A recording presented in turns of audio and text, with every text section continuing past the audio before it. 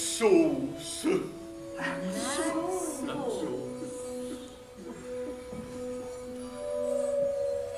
Quelque part entre la Crète et l'Égypte.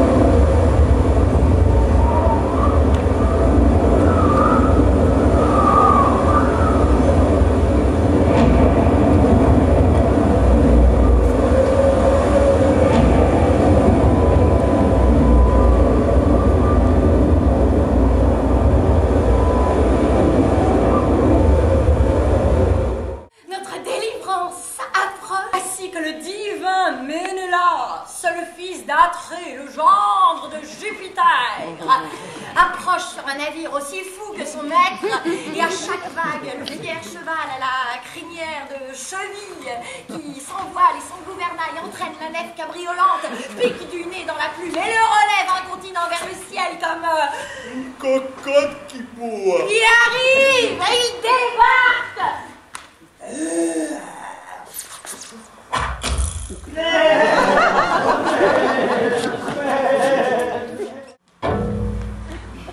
Maintenant, j'ai les deux pieds à terre et je défie les dieux. Il est sauf et bien sûr, la première chose à faire est de blasphémer. Dieu! Ça n'est donc pas assez d'avoir déchaîné tous les éléments ensemble contre moi? Et si ce coup de foudre qui a fait de mon mât une écharde ne nous a pas coupé en deux, c'est pas la faute de celui qui l'a ajusté. Il faut encore vous moquer de moi. Ce matin, voilà le bateau, contre le vent, sans rame ni gouvernail, qui se met à marcher tout seul, comme quelqu'un qui sait où il va, et voilà la terre. C'est bien, c'est bien. Mais la première chose que je vois, sur un rocher qui me regarde avec ses gros yeux, c'est une espèce de sauvage avec de grandes cornes de bélier qui lui sortaient de la tête, et qui me regardait en me tirant la langue. J'ajuste le monstre, je tire, il fuit.